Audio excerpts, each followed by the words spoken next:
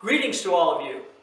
I'm Brigadier General Dennis Merrill, retired, and I'm also the President of the Oregon State Council of Chapters of the Military Officers Association of America, also known as MOA, or MOAA. So on behalf of the Oregon State Council and the 9 MOA chapters within the state of Oregon, I want to thank all of you for joining in this extremely worthwhile endeavor. I believe it is truly a noble effort. Without a doubt, we all want to bolster and support our military community within the state. We wouldn't be here otherwise. By partnering with you and other veteran and military organizations, we can indeed enhance its viability. I believe we can best accomplish this task by focusing or collaborating in 3 specific areas or categories, those being transitional education, mentorship, and recreation. So at this point, the logical question one might ask is, why would we focus in these 3 categories?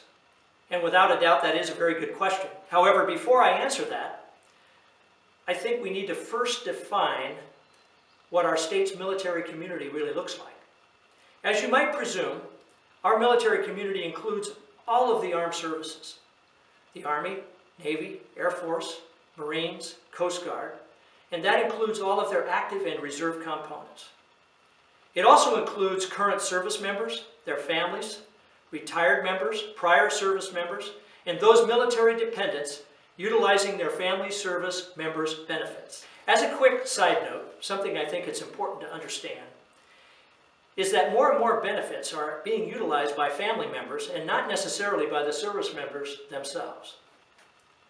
Now, we should all know that Oregon is unique from our sister states of Washington and California. We do not have major military installations within our borders. Accordingly, we do not have a one-stop shopping center for support. On the other hand, we do have numerous smaller military footprints which are located throughout our communities. For instance, the military community in Portland certainly looks different than that of Bend, Klamath Falls, or Medford. Corvallis is dissimilar to Salem or Eugene, and Astoria is unlike Newport. The central question is, how do we turn this diversity into our strength? By having a strong commitment to our military community and a desire to collaborate together on viable solutions, we can move ourselves in a positive and prosperous direction.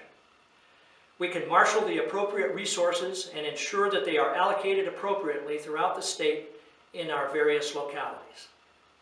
Now, I want to move back to the 3 areas or categories of focus for the workshop. Now, taken together, transitional education, mentorship, and recreation are fairly encompassing. They provide a solid framework to ensure viable, vigorous individuals and, in turn, facilitate healthy and vibrant communities.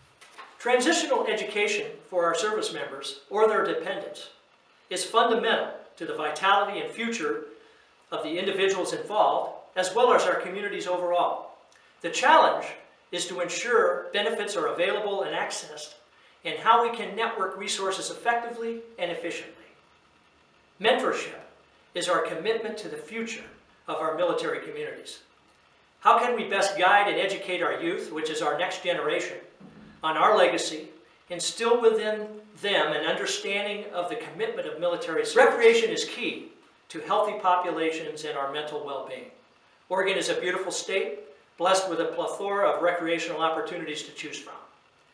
How best can these be utilized or accessed to the betterment of our military community is the question. We have invited you all here today to collaborate on these topics.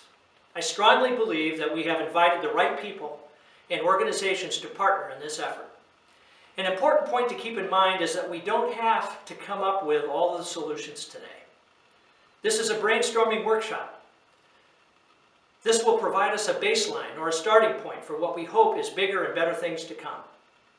As with any brainstorming effort, we need to be motivated, thoughtful, as well as insightful in our ideas.